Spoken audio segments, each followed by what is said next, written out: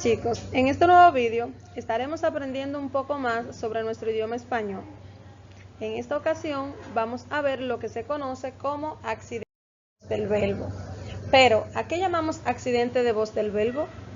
Se llama así a uno de los tantos accidentes gramaticales que sufre el verbo dependiendo su función o su contexto.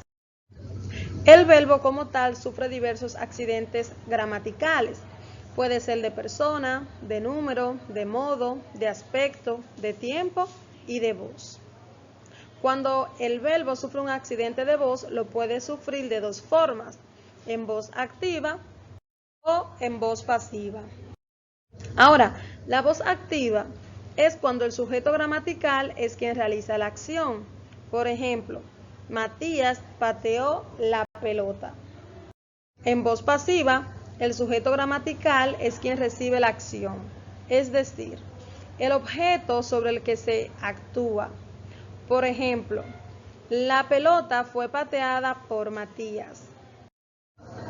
En las oraciones en voz activa, se puede decir que se caracterizan por presentar un orden determinado de los elementos. El orden de las oraciones con verbo en voz activa es primero el sujeto, luego el verbo y al finalizar el objeto o también conocido como complemento. Puede ser directo o indirecto.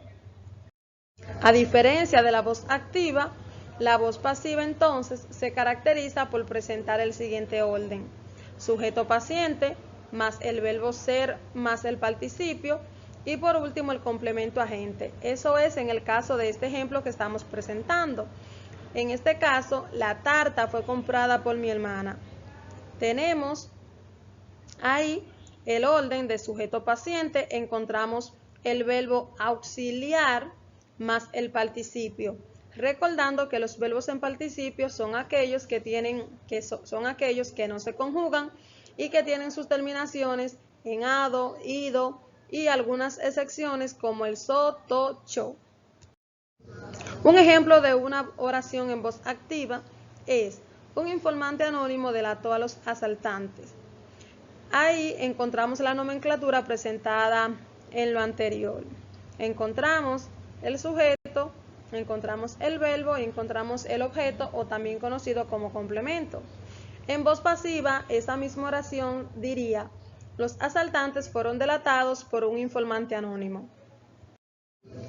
Algunos puntos a tomar en cuenta para pasar una oración en voz activa a voz pasiva debe de ser que si la oración en voz activa está en un tiempo determinado, por ejemplo, en presente, pues al pasarla a voz pasiva, el verbo, aunque sea con un participio y un auxiliar, pues debe de tener el mismo tiempo. Gracias.